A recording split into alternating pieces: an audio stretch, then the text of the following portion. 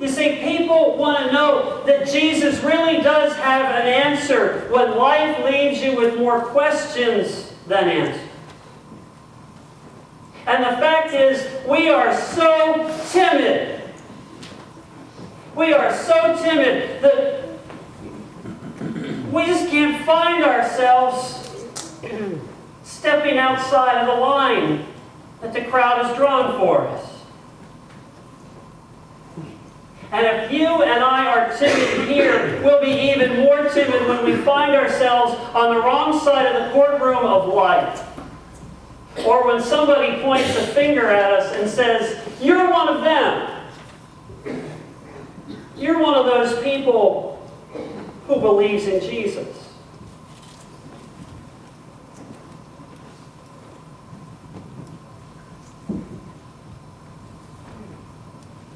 11 o'clock last week, someone decided to stop being afraid of the crowd. They decided to go against the norm. It was pretty spectacular. Because as that one person stood up, suddenly the walls broke down and people started to pop up all over the sanctuary.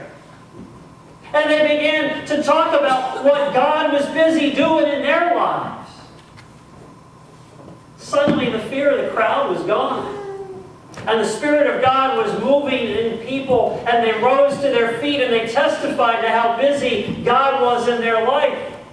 Folks, there were enough people that stood up and spoke. I didn't have to preach.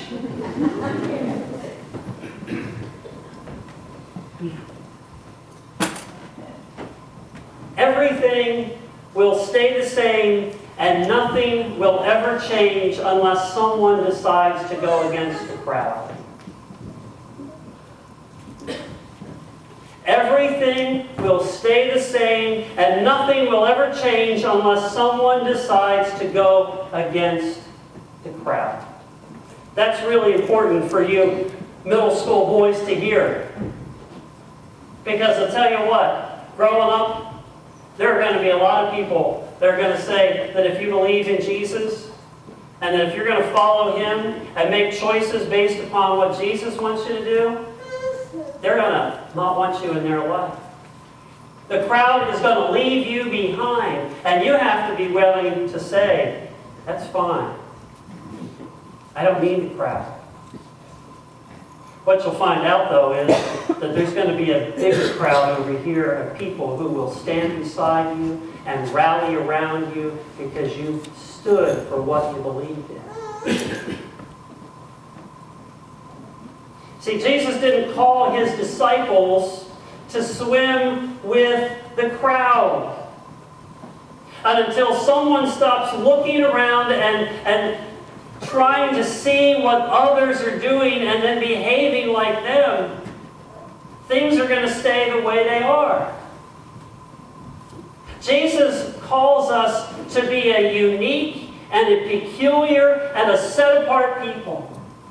We're not called to live in lockstep with the rest of the crowd.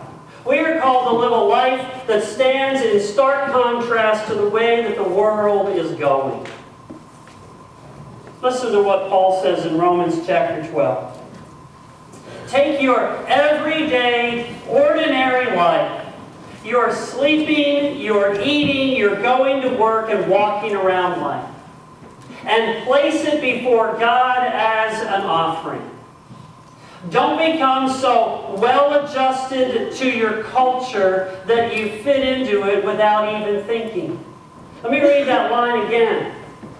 Don't become so well-adjusted to your culture that you fit into it without even thinking.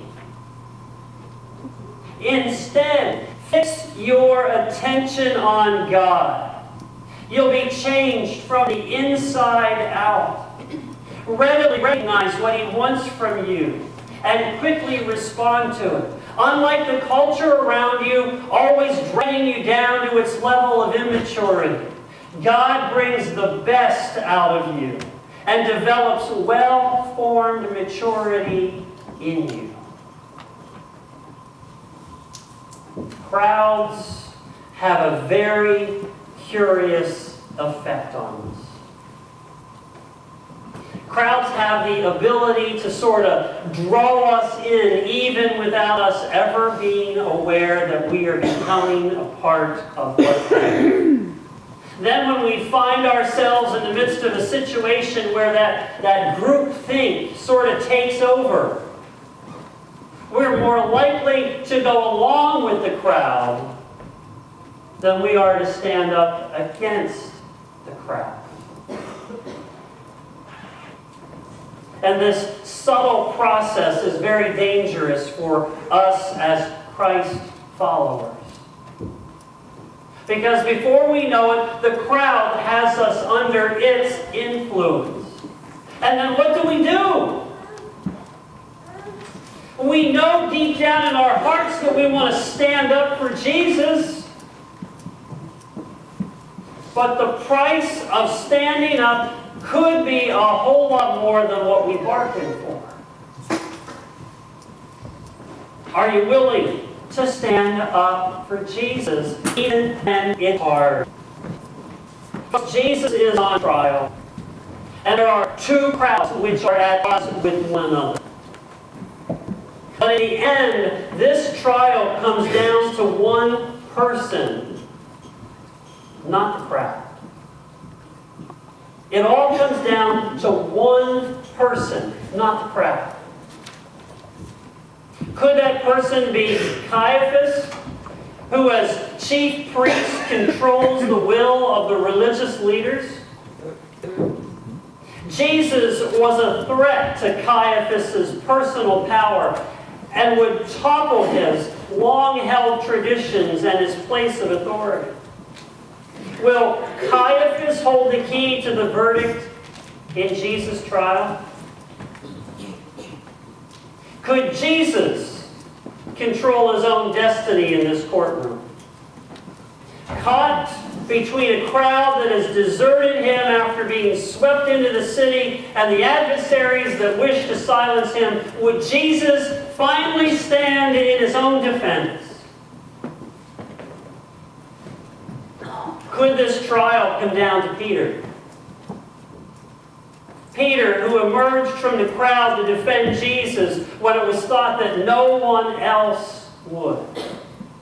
Could Peter's passionate defense of Jesus prove greater than the negative images that the prosecution has presented? Could Peter rally the confidence to stand up for Jesus one last time?